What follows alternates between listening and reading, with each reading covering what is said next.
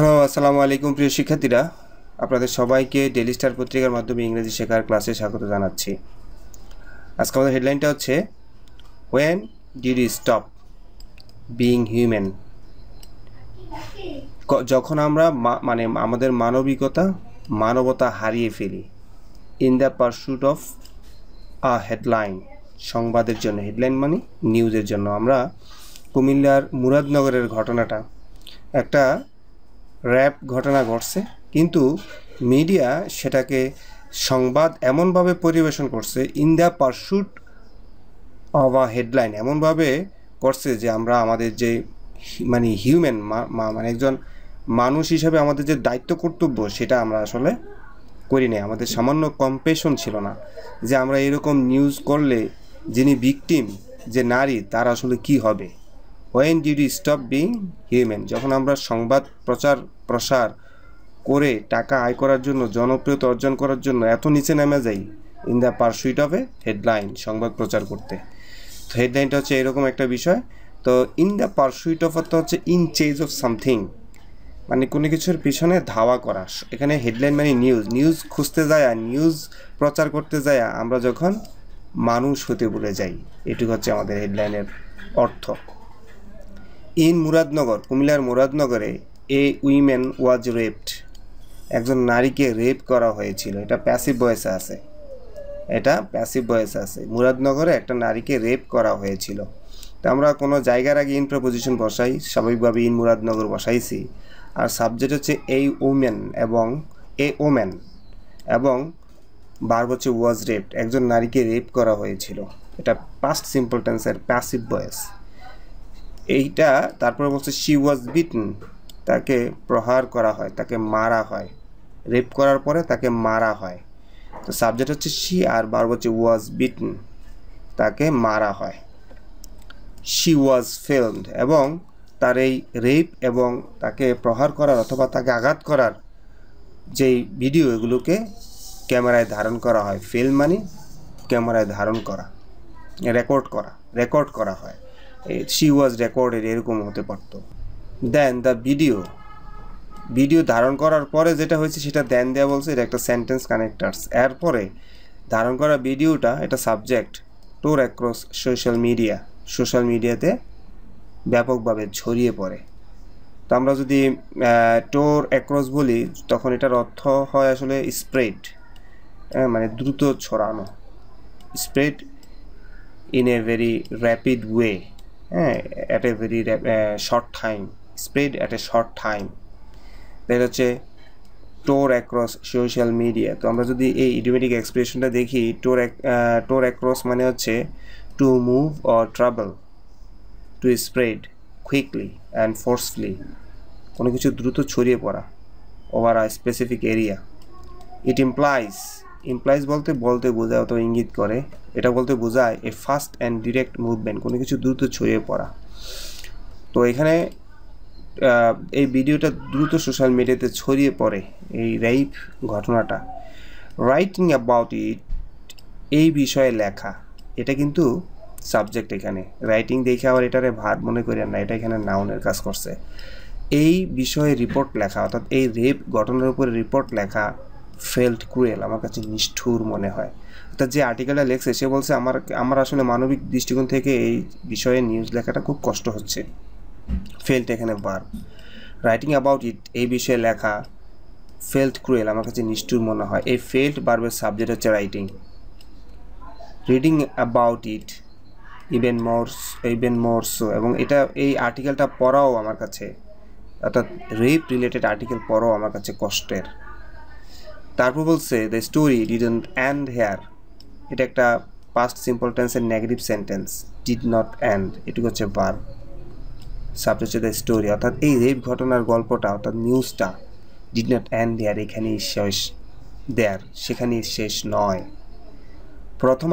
The প্রথম আলো report, এটুকু হচ্ছে সাবজেক্ট। দ্য প্রথম আলো রিপোর্ট এক্সপোজড, প্রথম আলো এই বিষয়ে একটা রিপোর্ট করছে, যে রিপোর্টের মাধ্যমে প্রকাশ করেছে প্রথম আলো, তুলে ধরেছে, সত্য তুলে ধরা। এক্সপোজড তো কোনো ঘটনা তুলে ধরা, ঘটনা প্রকাশ করা, সত্য তুলে ধরছে। আর সেকেন্ড অ্যাসল্ট, অর্থাৎ এই নারীর উপরে প্রথম তো রেপ করা হয়েছে, তাকে বিটেন, তাকে প্রহার করা হয়েছে, কিন্তু সেকেন্ড অ্যাসল্ট বলতে এখানে প্রথম আলো একটা টার্ম ব্যবহার করছে। সেকেন্ড অ্যাসল্ট বলছে যে তাকে রেপ করার পরে, তাকে আহত করার পরে এই যে সোশ্যাল মিডিয়া ইউটিউবার্স এবং জার্নালিস্ট তারা যে তার উপরে হুমড়ি খায়া পড়ছে নিউজের জন্য, এটাকে বলছে এখানে সেকেন্ড অ্যাসল্ট।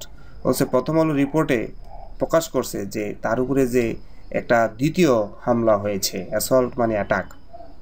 ইট শোড, ইট মানে এই রিপোর্ট, এই রিপোর্টের পরিবর্তে ইট বসছে, ইট শোড, এই রিপোর্টে দেখা গিয়েছিল how the pressure of the people, কীভাবে মানুষের চাপ, হাউন্ডিং ফর ইন্টারভিউস, অর্থাৎ মানুষ এই নারীকে বারবার কি করছে, ইন্টারভিউ দেওয়ার জন্য। একটা নারী রেপ হয়েছে, তাকে আবার ইন্টারভিউর জন্য মানুষ তাকে হাউন্ডিং করছে।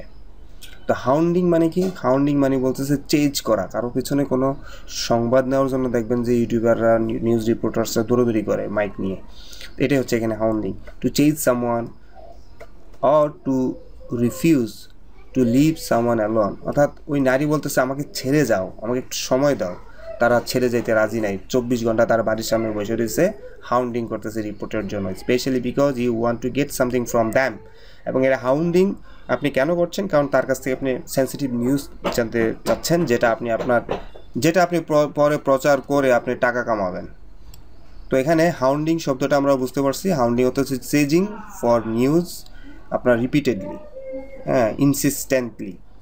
তো এখানে বলছে প্রথম একটা রিপোর্ট প্রকাশ করছে দ্বিতীয় অ্যাটাক নারীর উপরে আক্রমণ, দ্বিতীয় মিডিয়ার আক্রমণ সম্পর্কে, এবং ইট শোর, এবং এই রিপোর্ট প্রথম আলো রিপোর্টে দেখাইছে যে প্রেজেন্স অফ পিপল, উপস্থিত জনতা, যে জনতা হাউন্ডিং ফর ইন্টারভিউস, তার বারবার চাপ দিচ্ছিল ইন্টারভিউর জন্য, এটুকু হচ্ছে সাবজেক্ট। আর বারবার হচ্ছে ফোর্সড, এখানে মূল সাবজেক্ট হচ্ছে দ্য প্রেশার। এইটুকে তো একটা ক্লজ চলে গেছে, দ্বিতীয় ক্লজে হাউ ক্লজ যেটা শুরু হয়েছে সেখানে সাবজেক্ট হচ্ছে দ্য প্রেশার। ফোর্সড হার, এই প্রেশারের কারণে বাধ্য হয়েছে নারী টু লিভ আর হোম, তার বাড়ি ছেড়ে পালাইছে। অন মানডে আফটারনুন, সোমবার বিকেলবেলা, আমরা দিনের আগে অন প্রেপোজিশন বসাই, সোমবার বিকেলবেলা মানে ডে থাকলে আপনার অন বসবে। The 21-year-old mother of two, দুই সন্তানের, অফ টু মানে দুই সন্তানের 21 বছরের এই মা, লেফট মানে ডিপার্টেড, লেফট ছেড়ে গিয়েছিল, পাস্ট সিম্পল টেন্স। এই যে অতীত পাস্ট টাইম আছে, এই কারণে ভার্বটা পাস্ট হয়ে গেছে। এটা হচ্ছে প্রেপোজিশনাল ফ্রেজ। আর এখানে সাবজেক্ট হচ্ছে এই 21 বছরের মা হচ্ছে সাবজেক্ট, ভার্ব হচ্ছে লেফট। 21 বছরের মা বাড়ি লেফট হার প্যারেন্টস রেসিডেন্স, তার বাবার বাড়ি ছেড়ে পালাইছে, উইথ হার চিলড্রেন, তার সন্তানদেরকে নিয়ে, আন্ডার পুলিশ এসকর্ট, পুলিশের পাহারায়।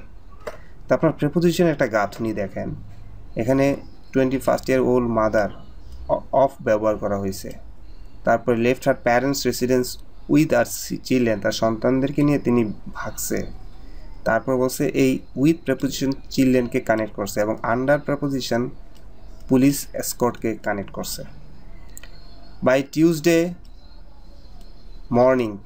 মর্নিং নাগাদ, মানডের মানে পরের যে টিউসডে মর্নিং আছে সেই সকালবেলা, সে হার প্যারেন্টস, তার বাবা মা, অ্যান্ড রিলেটিভস, তার আত্মীয় স্বজন মিলে, কেমন? এখানে এটা হচ্ছে মূল সাবজেক্ট, সি হচ্ছে আসল সাবজেক্ট, তারা সবাই মিলে, এটা সবাই সাবজেক্ট এখানে। হ্যাড ভ্যানিশড মানে এখন ওই নারীকে তো পায় নাই, নারীর বাবা মার কাছে গেছে, তার আত্মীয় স্বজনের কাছে গেছে। এইসব নিউজ প্রচার করলে মানুষ প্রচুর দেখে, বাংলাদেশের মানুষ।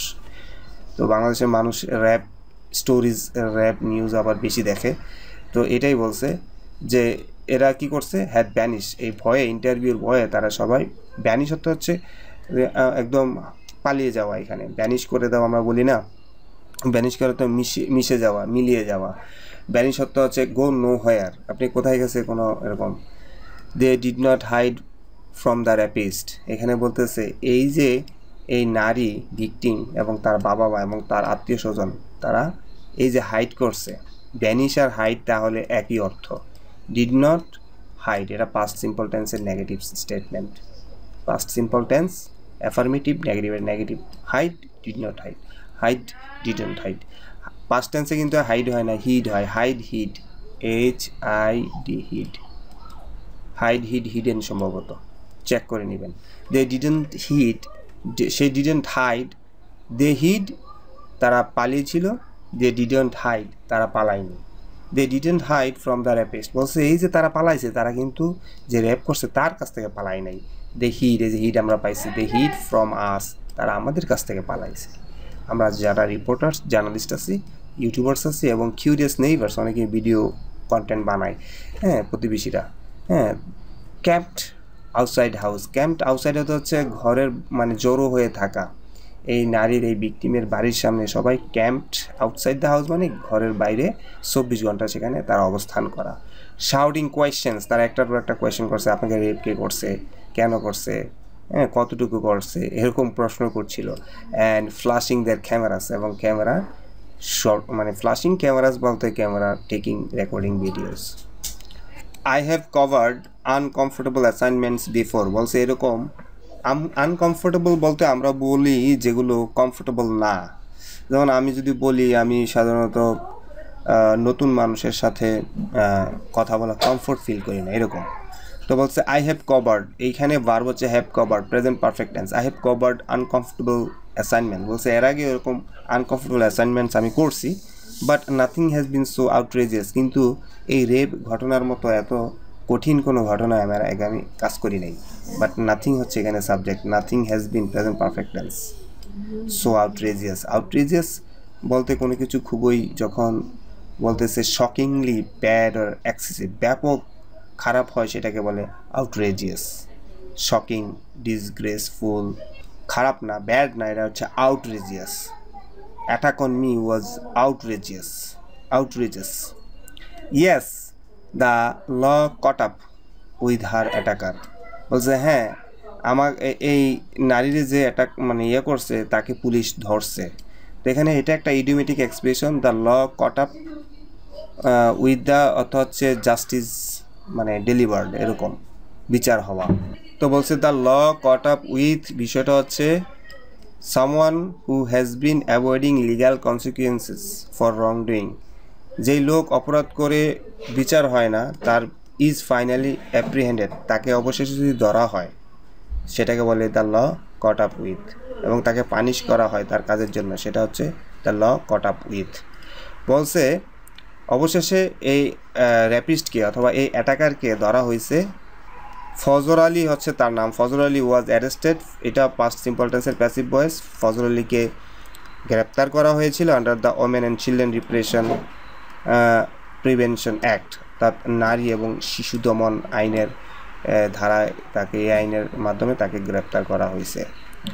4 বাইস্ট্যান্ডার্স, বাইস্ট্যান্ডার্স মানে সেখানে যারা প্রত্যক্ষদর্শী, আমরা বলি যে আই উইটনেস, হ্যাঁ, 4 জন প্রত্যক্ষদর্শী যারা ছিল, ফেস চার্জেস, তাদের বিরুদ্ধেও মামলা হয়েছে। ফেস চার্জেস মানে তাদের বিরুদ্ধে মামলা হয়েছে under the pornography control act. কেন এই আইনে তাদের বিরুদ্ধে মামলা করা হয়েছে, কেন করা হয়েছে? ফর ফিল্মিং, ভিডিও ধারণ করার জন্য, অ্যান্ড শেয়ারিং দ্য ক্লিপ, এবং এই ভিডিওর ক্লিপ সোশ্যাল মিডিয়া শেয়ার করার জন্য আরও 4 জনের বিরুদ্ধে মামলার এজাহারে ভুক্ত করা হয়েছে তাদের নাম।